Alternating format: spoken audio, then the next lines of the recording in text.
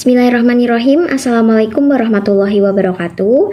Di sini kami dari kelompok 6 akan mempresentasikan hasil kerja dari kelompok kami, yaitu mengenai pengawet, antioksidan, dan pengatur keasaman pada mata kuliah kimia sederhana. Di sini kami beranggotakan saya sendiri, Magetin Novitasari, dengan nomor induk mahasiswa 203200192, dan selanjutnya Mufidah Safitri dengan nomor induk mahasiswa 203200201, dan selanjutnya Mujianti dengan nomor induk mahasiswa 203200210. Di sini kami akan membahas mengenai 3 poin, yaitu pengawet, antioksidan, dan juga pengatur keasaman. Yang pertama, pengawet akan dijelaskan oleh Mufidah Safitri, yang di dalamnya akan membahas mengenai pengertian bahan pengawet, tujuan bahan pengawet, fungsi pengawet, dan bahan kimia yang digolongkan sebagai bahan pengawet. Selanjutnya, poin yang kedua yaitu antioksidan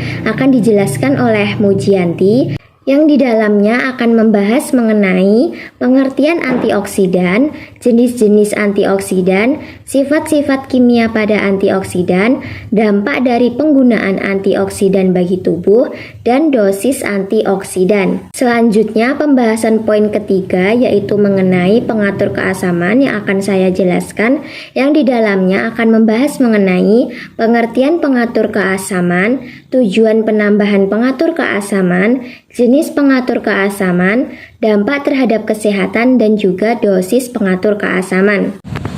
Pembahasan yang pertama yaitu adalah bahan pengawet.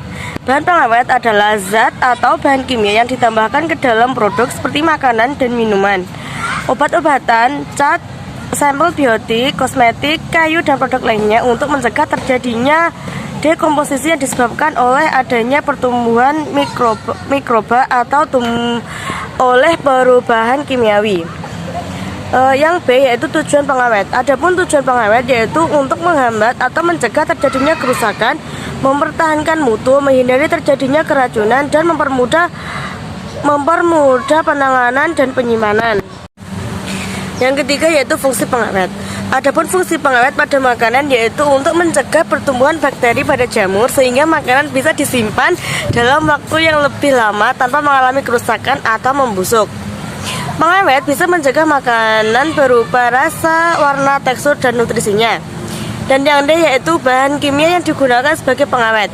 Berikut adalah beberapa bahan kimia yang digunakan sebagai pengawet yang aman menurut BPOM dan umum digunakan dalam produk makanan. Yang pertama yaitu asam sulfat ditemukan pada buah-buahan. Yang B asam benzoat. Yang ketiga asam proplonat. Yang keempat sulfit. Yang kelima nitril dan nitrat. Dan yang terakhir adalah nisin.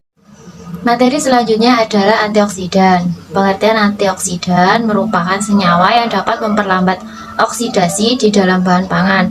Penggunaan meliputi bahan antara lain lemak hewani, minyak nabati, produk pangan dengan kadar lemak tinggi, produk pangan berkadar lemak rendah, produk daging, produk ikan, dan produk-produk lainnya. Kemudian jenis-jenis antioksidan. Yang pertama, antioksidan alami yang terdiri dari flavonoid, lycopene, beta-karoten, polifenol, dan lutein. Kemudian yang kedua, antioksidan primer atau alami terdiri dari antioksidan mineral, antioksidan vitamin, dan fitokomia. Kemudian ada antioksidan sekunder. Selanjutnya adalah sifat-sifat kimia pada antioksidan. Sifat-sifat kimia pada antioksidan antara lain sinergisme dapat diartikan sebagai peranan gabungan antara 2 atau lebih agensia sedemikian rupa sehingga masing-masing agensi bila tanpa dilakukan penggabungan. Kemudian dampak dari penggunaan antioksidan bagi tubuh. Antioksidan memiliki dampak atau efek terhadap kesehatan.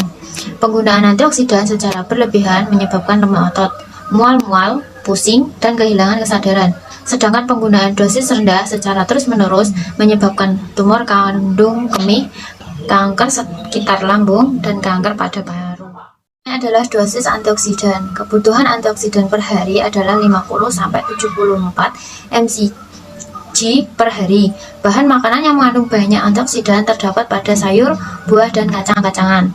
Untuk mencukupi konsumsi buah dan sayur yang mengandung antioksidan 3-5 porsi setiap hari. Pasalnya, sekali makan 200-300 gram buah dan sayur, kita sudah mencukupi angka kebutuhan gizi untuk antioksidan, yaitu 50-74 mcg per hari. Pada buah, antioksidan banyak terdapat dalam apel, pir, anggur, jeruk bali, pisang, mangga, nanas, pepaya, sukun, dan stroberi. Sementara pada sayuran, sumber antioksidan diantaranya adalah brokoli, asparagus, kubis merah, tomat, petai, dan ubi merah. Baik, menuju pembahasan poin ketiga yaitu mengenai pengatur keasaman. Yang pertama yaitu mengenai pengertian pengatur keasaman. Pengatur keasaman atau asidulan atau juga bisa disebut sebagai agen pengendali pH merupakan senyawa kimia yang bersifat asam dan salah satu dari bahan tambahan pangan yang sengaja ditambahkan ke dalam pangan dalam berbagai tujuan.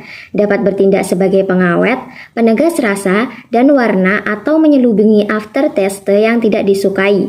Kemudian pH rendah buffer yang dihasilkan mempermudah proses pengolahan bahan tersebut bersifat sinergis terhadap antioksidan dalam mencegah ketengian dan browning. Selanjutnya, tujuan penambahan pengatur keasaman.